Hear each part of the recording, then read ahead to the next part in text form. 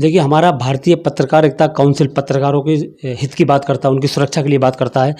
हम पत्रकारों के हित के लिए सरकार से उनके सुरक्षा प्रोटेक्शन बिल की मांग करेंगे। जंतर मंतर पे हमारी तैयारी चल रही है। हम बहुत जल्दी ही जंतर मंतर पे हम धरना प्रदर्शन करेंगे पत्रकारों की सुरक्षा को लेकर, और मांग करेंगे कि सरकार इसमें एक बिल लाए, पत्रकार सुरक्षा जो एक्ट बिल है उसको लाया जाए और पत्रकारों की सुरक्षा के लिए। तो ये बहुत जल्दी हम जंतर मंतर पे उतरने वाले हैं और सरकार से मांग भी करेंगे, हम ज्ञापन भी देंगे उनको।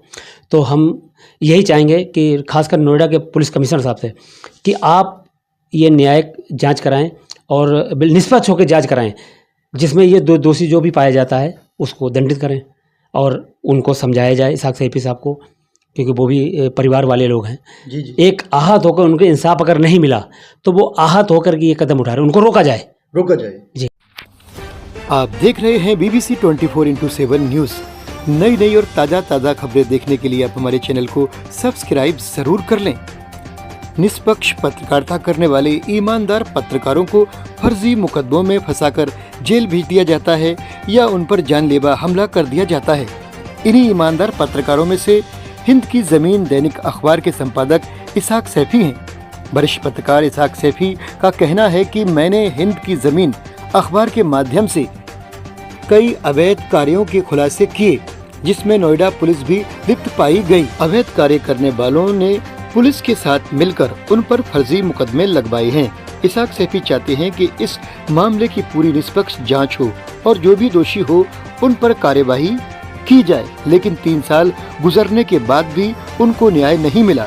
इस बात से आहत होकर उन्होंने आत्मदाह 30 मई को करने की बात कही है, जिसकी सूचना पुलिस के आला अधिकारियों को दी और संबंधित विभागों को भी दे चुके हैं, लेकिन इस बात का उनको कोई अब तक जवाब नहीं मिला। देखिए हमारी ये रिपोर्ट। एक जानकारी मिल रही है आपके द्वारा किसी कारणवश आत्मदाह करने की बात कही जा रही है, क्या है पूरा मामला?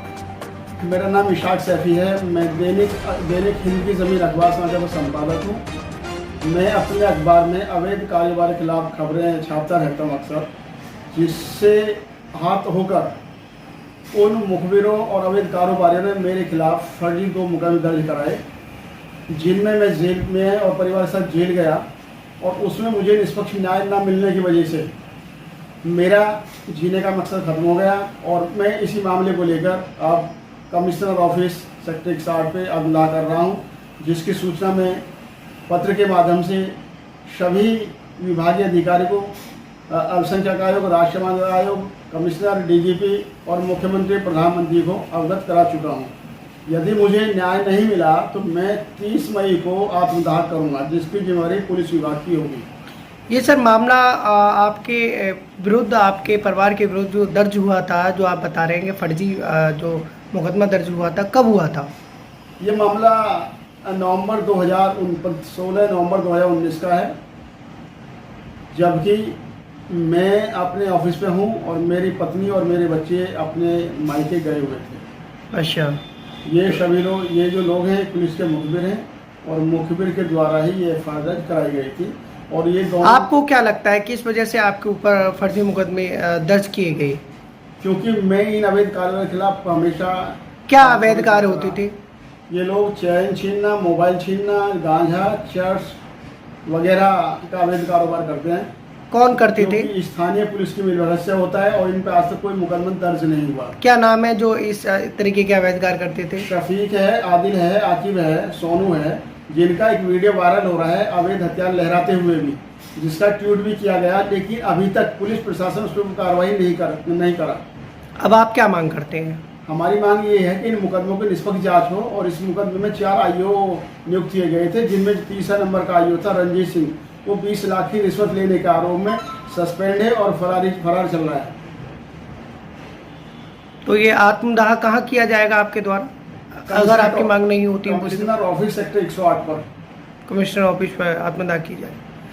तो आपने जब प्रार्थना पत्र द्वारा विभाग को सूचित किया तो कोई वहाँ से आपके लिए कॉल या कुछ भी?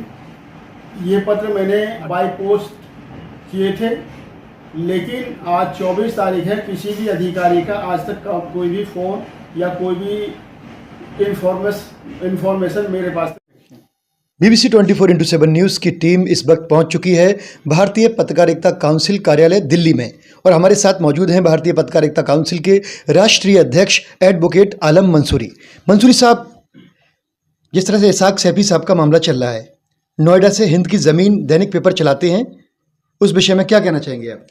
देखिए, जो वीडियो वायरल हो रहा है, अब तक ये पता लगा है कि उन्होंने जो उनका 2019 का कोई मामला था उनके भाई का, तो उन पे पुलिस द्वारा, नोएडा की पुलिस द्वारा, उनका ये कहना है, आरोप है पुलिस पर कि फर्जी मुकदमा बनाया और उनके पूरे परिवार को जेल भेज दिया गया। जेल भेज दिए, जो प्रताड़ित हुए काफ़ी, तकरीबन 1 महीने बाद जेल से पूरा फैमिली, बच्चे, मियाँ बीवी, बच्चे, यानी कि सब पूरे परिवार को जेल भेज दिया गया था। उसके बाद उन्होंने जब ये दरख्वास्त लगाई कि इसमें निष्पक्ष न्यायिक और इसमें पुलिस जांच करे, तो वो जांच अब तक नहीं हुई, ना उनको न्याय मिला। तो उन्होंने आहत होकर के जो सूचना पत्र कमिश्नर पुलिस ऑफ नोएडा, मुख्यमंत्री उत्तर प्रदेश, गृह मंत्रालय, प्राइम मिनिस्टर, होम मिनिस्टर, सबको, और मानवाधिकार को भी उन्होंने सूचना पत्र दिया। 30 तारीख का उन्होंने टाइम दिया, 30 मई का जो चल रही है। तो ये 30 तारीख का जब टाइम दिया है, नज़दीक ही है 30 तारीख तो, लेकिन अब तक कोई मतलब सुनवाई उधर से नहीं हो रही है, ना कोई खबर आ रही है किस तरह से। तो ये तमाम जगह जो उनके शिकायत पत्र पहुँचे हैं, तो कि ये इंतज़ार कर रहे हैं कि एक ईमानदार इंसान आत्मदेह करे तब वहाँ जाकर वो सुनवाई करेंगे? देखिए, देश का बहुत दुर्भाग्य है, जिस तरीके की सच्ची पत्रकारिता करने पर या तो पत्रकार को जेल की सलाखों के पीछे भेज दिया जाता है या फिर उसको मौत के घाट उतार दिया जाता है, तो उनको अपने काम करने से रोका जाता है। तो ये बहुत ही, देश किस ओर जा रहा है, ये कुछ लोग किस ओर ले जा रहे देश को। तो मैं ये भी सरकार से मांग करता हूँ कि पत्रकार प्रोटेक्शन बिल लाया जाए, जो पत्रकार की सुरक्षा के लिए हो, उनको निष्पक्ष काम करने दिया जाए, बिल्कुल आज़ादी के साथ वो अपनी बात, जनता की बात कह सकें और बिल्कुल एकदम निडर होकर के अपना काम करें और बिल्कुल खुलासा करके वो हर चीज़ को दिखा सकें, उनको अपना काम करने दिया जाए। जिस तरीके से ये बात सामने आई है कि निष्पक्ष जांच नहीं हुई, उसमें कई मामले, उन्होंने, इसाक सैफी साहब का भी कहना है कि कई मामले गठन किए गए हैं, लेकिन अब तक कोई ही 2019 से करीब 34 साल हो चुकी है, उनको अभी कोई रिलीफ नहीं मिला है। तो उन्होंने सीधे तौर पर आहत होकर के, ये मुझे भी पत्रों के द्वारा सूचना मुझे भी मिली है। तो वही जानकारी मैं चाह रहा हूँ, जैसे कि आप एक संगठन चलाते हैं भारतीय पत्रकारिता काउंसिल, उसके आप राष्ट्रीय अध्यक्ष हैं और एडवोकेट भी हैं पेशे से। तो मैं यही जानकारी चाह रहा हूँ आपसे, ये कहना चाह रहा हूँ कि अब जो एक ईमानदार पत्रकार अगर कोई सच्चाई को दिखाएगा तो उसकी जान को खतरा, उस पर झूठे केस मुकदमे लगा दिए जाते हैं, किसी न किसी बहाने से शासन प्रशासन या जो अवैध कार्य कर रहे हैं मिलकर फंसा देते हैं। तो इस तरह से सच कैसे दिखाया जाएगा, और आप क्या करेंगे इसाक सैफी जी के बारे में, जिस तरह से उन्होंने आत्महत्या की बात? देखिए, सबसे पहले मैं प्रधानमंत्री, गृह मंत्री से और यूपी के मुख्यमंत्री से अपील करूंगा कि इस पूरे मामले को संज्ञान में लें, जिससे उस परिवार की जान का, उसका न्याय जांच कराई जाए, तो उसको इंसाफ मिले पूरी तरीके से, और वो, उसका परिवार भी सुरक्षित रहे कि वो सच दिखा रहा था। तो उसने कोई ऐसा कोई काम तो किया नहीं था कि जो है ना, जिस तरीके से कोई गलत काम किया हो तो उसको उठा के जेल में डाल दिया। उसने निष्पक्ष जो खबर चलाई, कई खुलासे किए उसने, उन्हीं अपराधियों ने मिलकर पुलिस के साथ उस पर मुकदमे दर्ज करा दिए। पुलिस को उस पर जांच करनी चाहिए थी। अभी भी जिस तरीके से उसने अपनी पत्र द्वारा मांग की है कि इसमें जांच कराई जाए, तो उसमें जांच करानी चाहिए, नोएडा पुलिस को जांच करनी चाहिए उसमें। नहीं, तो अभी तक तो कोई सुनवाई नहीं हुई है, लेकिन अब जो है, अगर इस तरह से सुनवाई नहीं हुई और 30 तारीख बहुत करीब है, आने वाली है, तो आप अपने संगठन के माध्यम से क्या संदेश देना चाहते हैं? भाई, हम तो सबसे पहले तो हम मुख्यमंत्री, यूपी के जो मुख्यमंत्री, उनसे भी अपील करेंगे कि इस मामले को संज्ञान में लें और तुरंत कमिश्नर साहब को ऑर्डर दें कि इसमें जांच कराई जाए, और कमिश्नर साहब को स्वयं संज्ञान लेना चाहिए कि इसमें जांच बैठाकर न्याय दिलाया जाए। अगर दोषी पत्रकार दोषी पाए तो उसको भी, उसके लिए भी कानून है, वो पीछे नहीं है, और इसमें जो पुलिसकर्मी या जो अपराधी उनको दंडित किया जाना चाहिए। ये मेरा साफ तौर से कहना है। देखिए, हमारा भारतीय पत्रकारिता काउंसिल पत्रकारों के हित की बात करता है, उनकी सुरक्षा के लिए बात करता है।